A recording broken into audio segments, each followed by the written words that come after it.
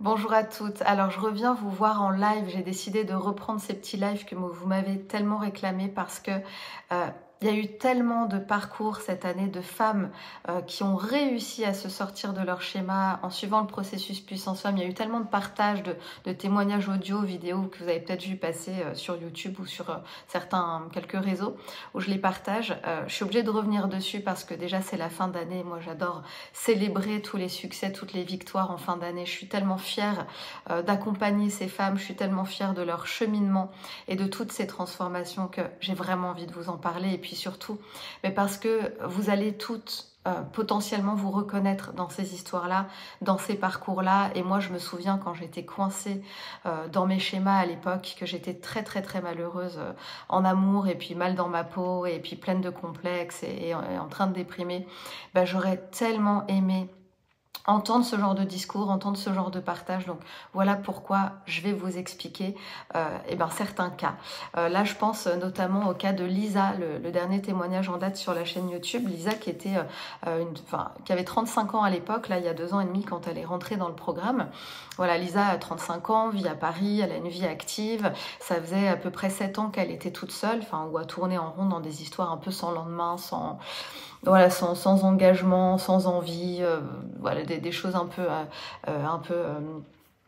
pas toxique, hein, c'était pas spécialement toxique, mais c'était surtout des relations ennuyeuses qui lui correspondaient pas, et puis elle déprimait parce que avec cette sensation de jamais rencontrer le bon, de jamais vibrer, de jamais ressentir quoi que ce soit malgré des rencontres, voilà, il se passait rien, ça tournait en rond, ça ramait.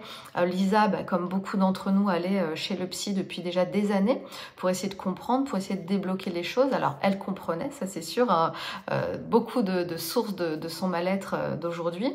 Elle avait compris plein de choses, pris conscience de plein de choses, et pour autant, pas de changement concret dans la matière, pas de situation débloquée, rien de nouveau sous le soleil, quoi.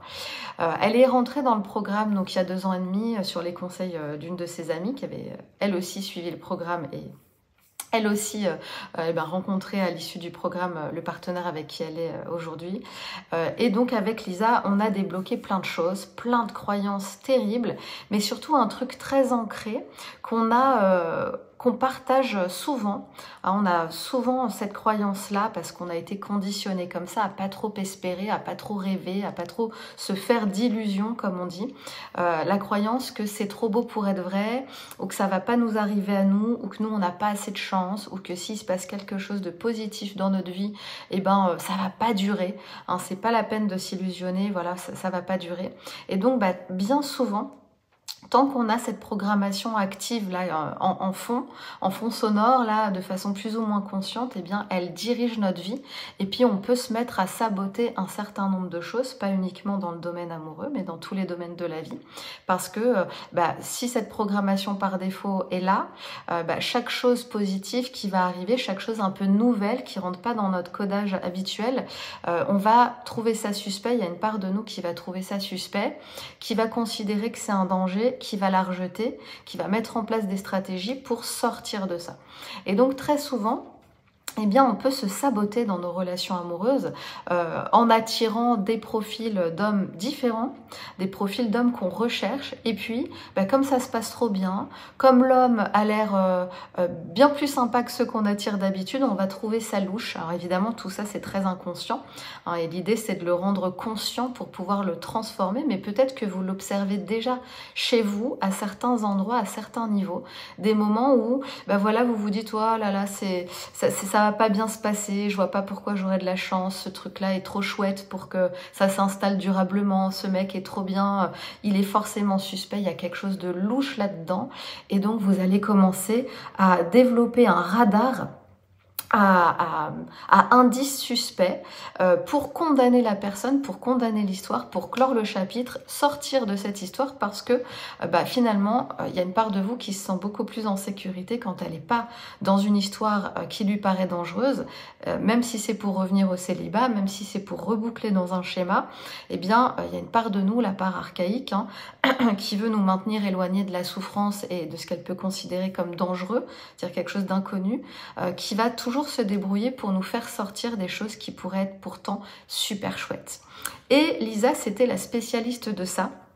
Ça m'avait interpellée quand on travaillait son histoire, parce que dans un groupe, elle avait dit que elle avait souvent l'habitude d'attirer des profils d'hommes super, mais que ça marchait pas. Et en fait, voilà, ça marchait pas parce qu'elle était dans un auto-sabotage très profond. Alors, autant il y a des femmes qui n'arrivent pas du tout à attirer des profils d'hommes comme elles aimeraient, des profils d'hommes équilibrés, bienveillants, qui ont envie de construire, et je vous le rappelle, il y en a plein. Si vous les voyez pas, s'ils rentrent pas dans votre vie aujourd'hui, c'est juste parce que vous avez des filtres et des programmations qui les empêchent de venir à vous et qui vous empêchent de les repérer. Mais autant Lisa, elle avait pas trop cette programmation-là, puisqu'il y avait quand même des profils d'hommes très différents dans sa vie, des super profils, mais bizarrement, ça fonctionnait jamais.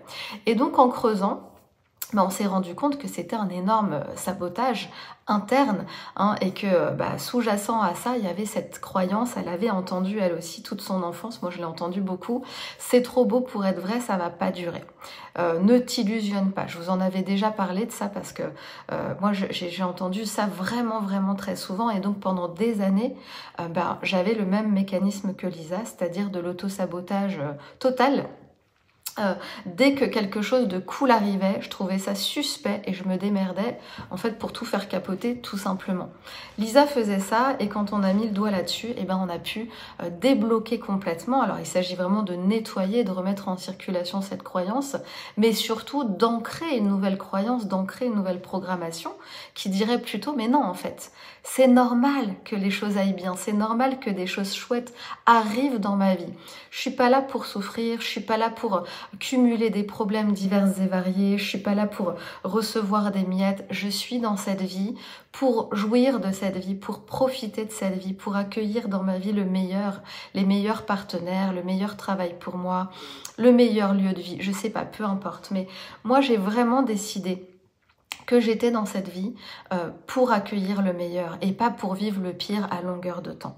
Le pire, je l'ai vécu pendant des années et des années. C'était ma programmation. Il n'y a rien qui allait dans ma vie, je vous en ai déjà parlé, ni au niveau de la santé, ni au niveau de l'amour, ni au niveau des finances, ni au niveau de rien du tout. Et c'était ma norme parce que je trouvais ça tellement normal. En fait, j'avais été éduquée comme ça, avec l'idée que la vie, c'est une succession de problèmes à résoudre, et que quand on a un peu de chance, de toute façon, ça va pas durer, puis de toute façon, c'est suspect.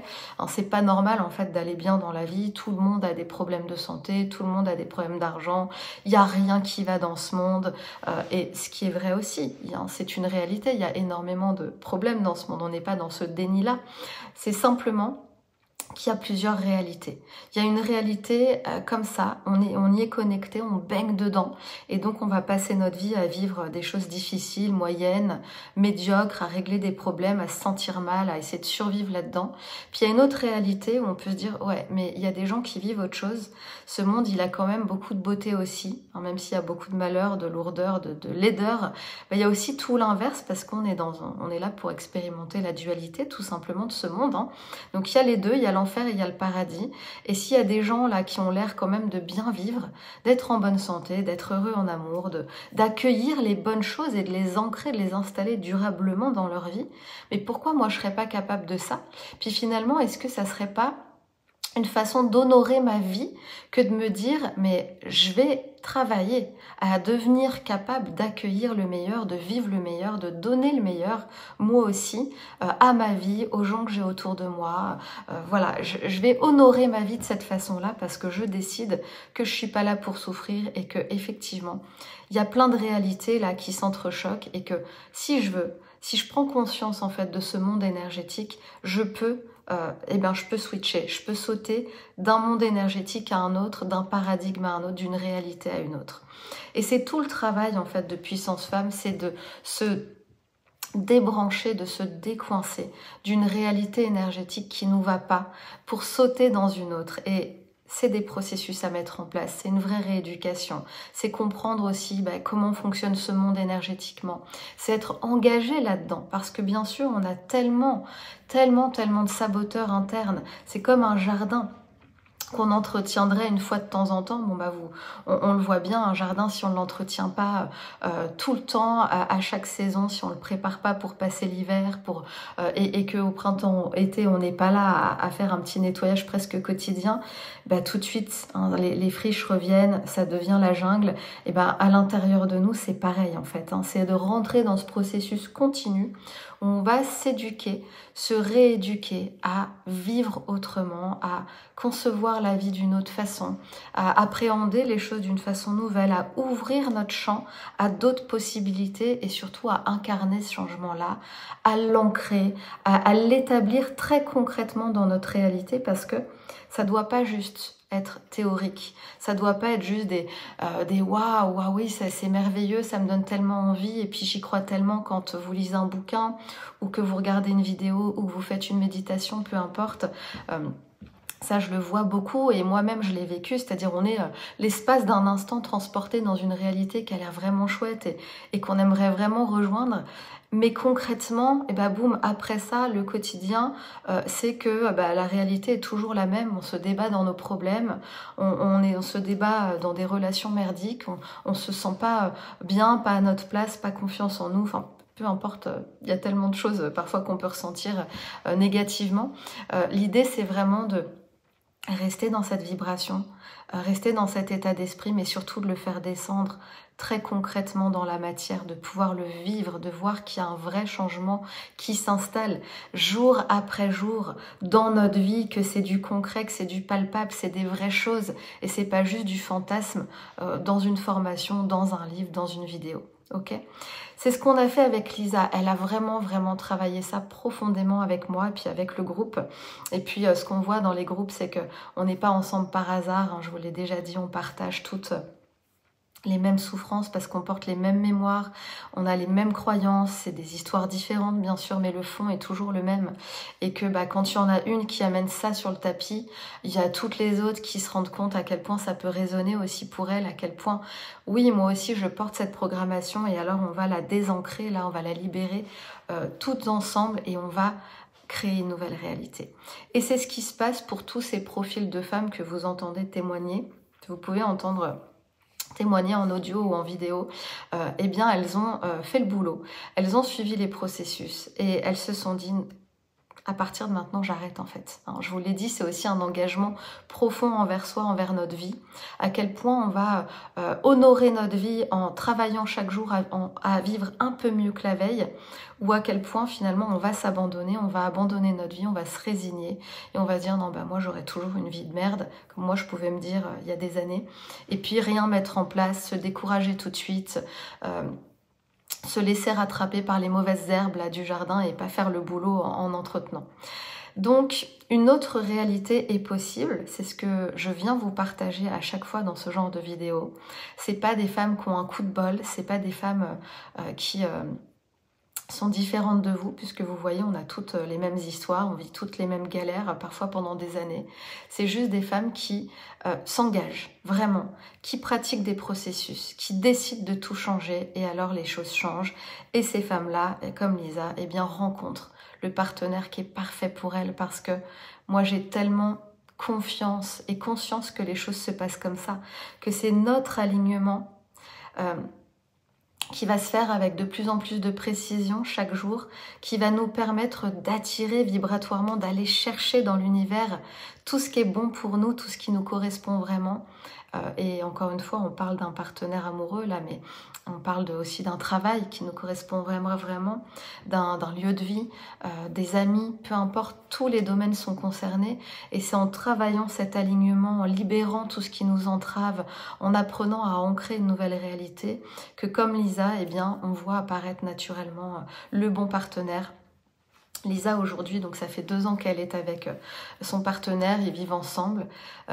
Ils ont même adopté un chat, un classique, le chat, le chien. On scelle un peu plus l'union. Elle est super heureuse, elle est super contente et elle a mis tellement de temps avant de croire que c'était vrai, réel. Il y avait encore des résidus de choses, on en parlait avec elle et elle a mis 2 ans avant de faire ce partage audio parce que elle avait toujours cette petite voix là qui lui disait mais attends, c'est peut-être pas sûr, attends encore. Et puis je lui dis non mais Lisa, arrête, regarde, accepte, accueille ce que tu vis pleinement. Dis oui à ça. Parce que si tu dis non à ça, bah, effectivement, tu peux tout faire capoter. Ouvre ton recevoir, apprends à rentrer là dans la joie de vivre tout ça. Reçois encore plus, ça aussi c'est un gros module. Hein. Ouvrir notre recevoir parce qu'on ne sait pas le faire et on ne sait pas recevoir le meilleur, on le rejette. Et encore une fois, on sabote beaucoup de choses dans nos vies.